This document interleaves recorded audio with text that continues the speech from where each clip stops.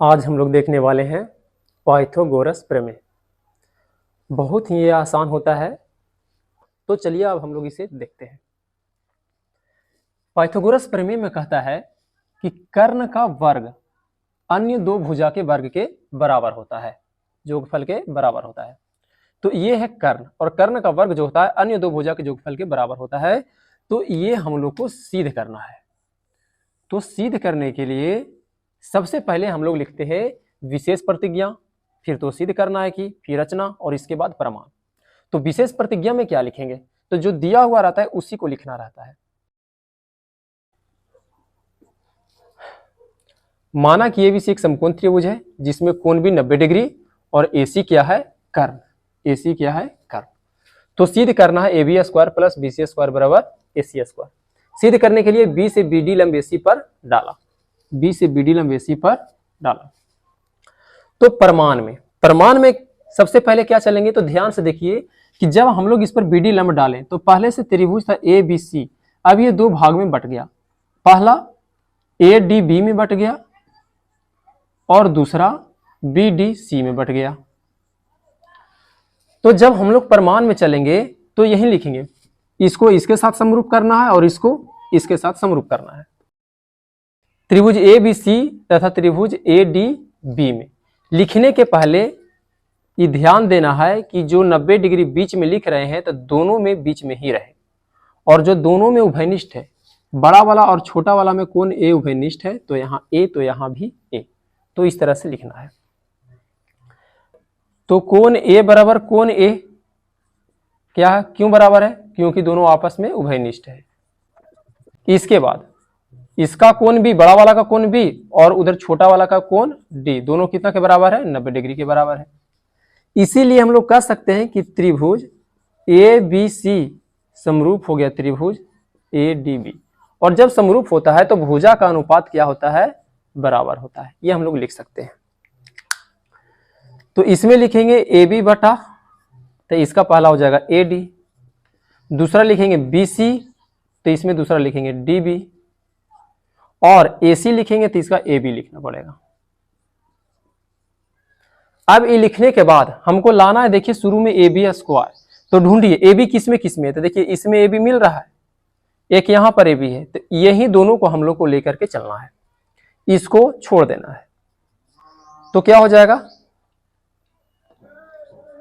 AB बटा AD बराबर AC बटा AB। देखिए लिख दिए।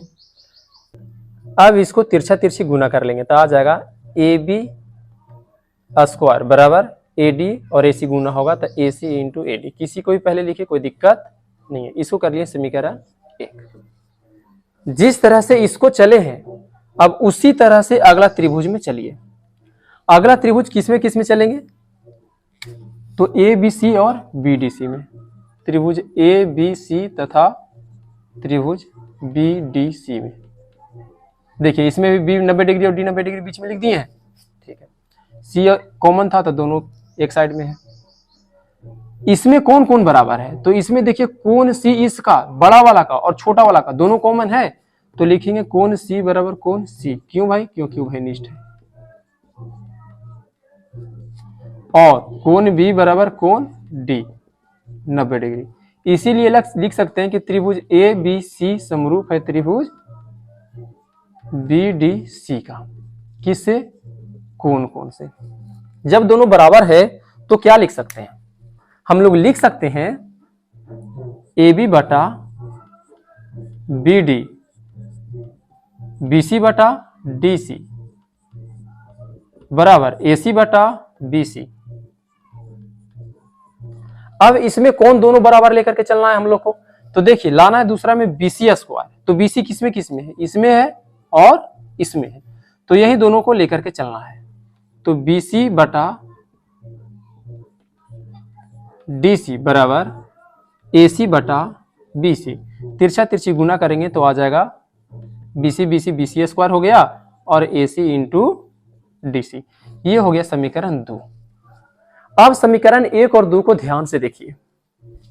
यहां पर लिखते हैं समीकरण 1 प्लस 2, दोनों को जोड़ देते हैं। जब दोनों को जोड़ेंगे तो A B square A B C square, तो इधर में हो गया A B square plus B C square बराबर A C into A D, A C into A D plus A C into D C, A C into D C. अगला line में इधर वाला को तो कुछ करना नहीं है, ये तो वहीं गया है, तो करना है इधर में ए सी कॉमन ले लेंगे। जब ए सी कॉमन ले लेंगे तो यहां पर बचा ए डी प्लस यहां पर बचा डी सी। ध्यान से देखिए, इस ए डी को डी सी को जोड़ेंगे तो क्या ए सी नहीं हो जाएगा? बिल्कुल हो जाएगा। तो ए सी गुने इसको जोड़ दिए तो हो गया ए सी, और गुना कर देंगे तो आ गया ए सी स्क्वायर। ये हो गया प्रूफ। इसको भी लिख दीजिए।